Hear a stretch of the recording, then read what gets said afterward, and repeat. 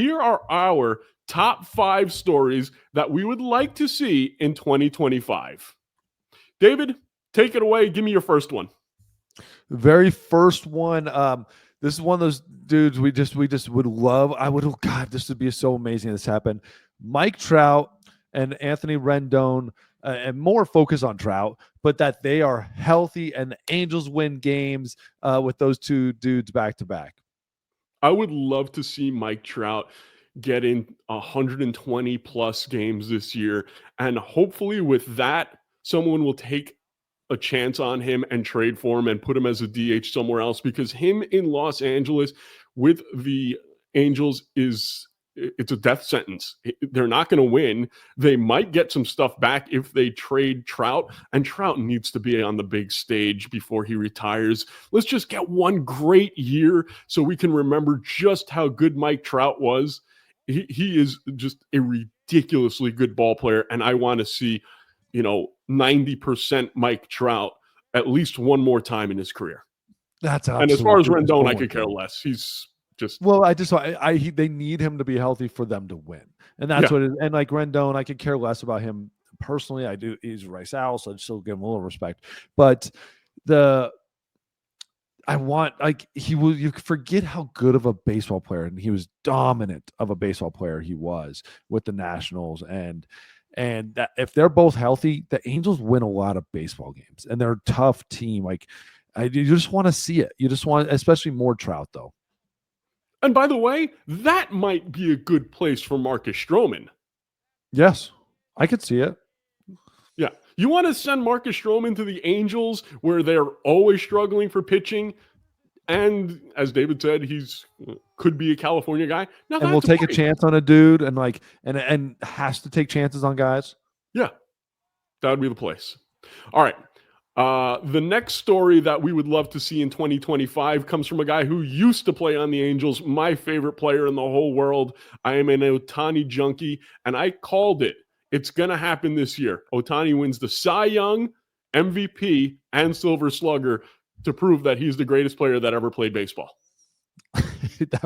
That'd be absolutely incredible. I know, obviously there's been pitchers that have won the MVP. There obviously never been a hitter that won the Cy Young.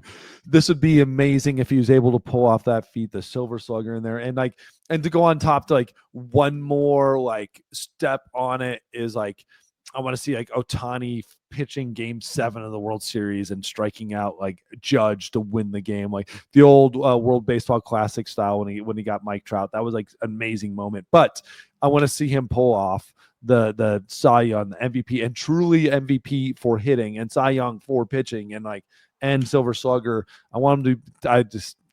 I want to see it all. All right, David, do you think it will happen in his career? Yes, but if it's going to happen, it's going to happen this year or next year. Yeah. I don't think my other long prediction, I don't think his arm has much more on him. I don't think really two-time Tommy John in not many years. Usually you had two-time Tommy Johner and it's been 10 years in between. It really hasn't been long. I think he's got 2 more years of pitching. He's done. I think he's going to go Smoltz and become a closer. I could see that. That'd be really interesting. That'd be really interesting because you could do that now. Yeah. You have DH, and then just how do you warm them up gets really interesting. But it could be done. Yep. Okay.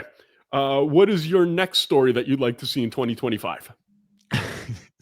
This one, I'm going to piss some people off. I love it. The A's are going to go to the playoffs in Sacramento, and they're going to have a higher attendance than they had in Oakland. And I think that's actually going to happen because the first time something opens up or the first year, everybody wants to go see it because it's a novelty now. They're going to be in a minor league stadium. They're going to be in a new town. All these people who didn't have a chance to watch them before are going to be able to go over there. It's going to be a nice, smaller environment, and people are going to really dig it. And I got a feeling they are going to outdraw the Coliseum. They're going to outdraw it. That's really the prediction here, but they're not going to make the playoffs. That's just kind of fun. But I think they're really going to outdraw their attendance in Oakland. It's going to be difficult, but I do think the people in Sacramento love this team, and they are generally Oakland based. But I think you're just going to go there because it's going to be affordable. like baseball, Major League Baseball, in a town that actually is baseball crazy. And I played against Sacramento a lot. People come out to that stadium, come out to the ballpark, and the renovations they're going to be making on it. It's going to be a better ballpark than it was, and people still came out to it. How does the ball fly in Sacramento? It's not like this. It's fair. It's fair now. Okay, so compared to Oakland during the day is a like pitchers, like it's a bandbox. You don't want to pitch there during the day. If anything, the ball does fly during the day. So you when you see big home runs, you always see them during the day. At night, Oakland, the ball didn't go anywhere. You just like underhand it. It's like San Francisco. Just toss it right over the plate. Good luck hitting it, and it's not going to go. Oakland, Sacramento, though, it's a little bit warmer, a little bit drier. You don't have the fog coming in. You don't have the cool at night coming in. Nothing like that. So there's really no change. It's a fair ballpark. It's not a small ballpark. It's not a big ballpark. It's fair. A home run's a home run in Sacramento. Cool. Okay, the fourth story that David would like to see in 2025. I don't want to see this. I don't even think it's going to be possible. He wants to see Aaron Judge warm up in the playoffs and be Aaron Judge. Now, the reason why I don't think that it's possible is because I don't think this is a very good Yankee team the way it's currently constructed, and they could miss the playoffs in my estimation. However, David, lead the way.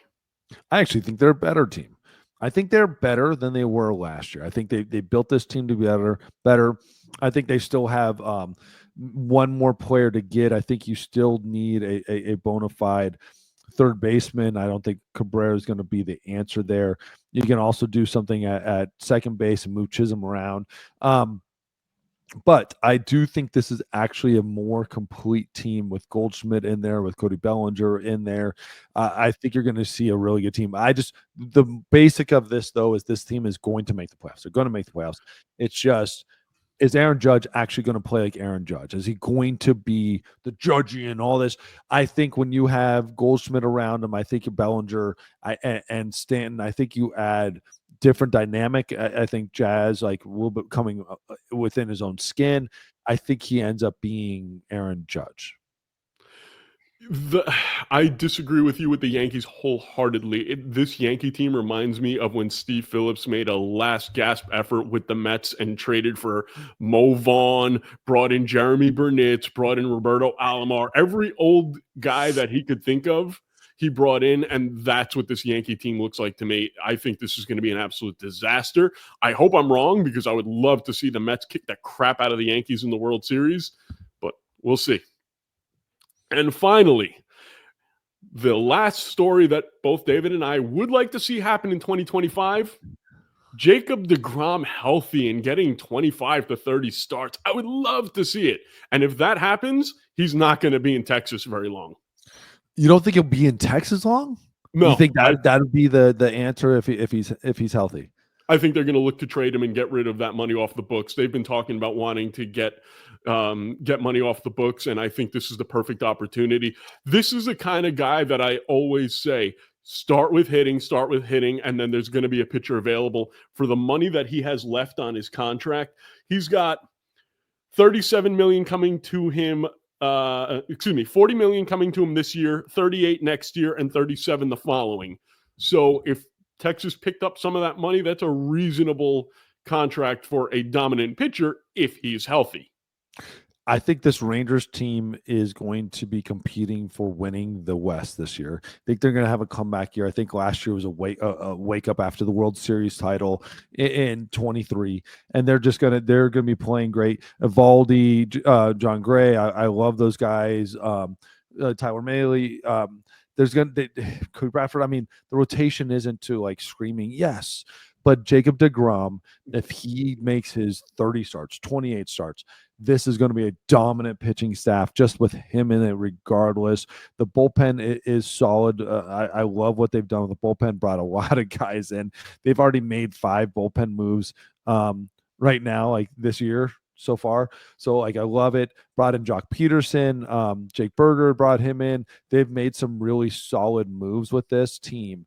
And the team's going to be great. But if Jacob deGrom becomes Jacob deGrom again and is healthy, Oh my God, because and everybody knows this. When he is healthy, he is one of the best pitchers in this entire planet. Have you ever seen a pitcher better than Jacob deGrom at his peak? No, no, I no, have. no, no. I mean, I will say this: the closest I've ever seen was peak Felix, and like a guy I played with, peak Felix, Matt Harvey, that rookie year. But I think a lot of that with Matt Harvey was like, oh my God, a rookie's doing this. Yeah. Um, deGrom, the things that he was so dominant. Like he makes Paul Skeens' dominance look like childish.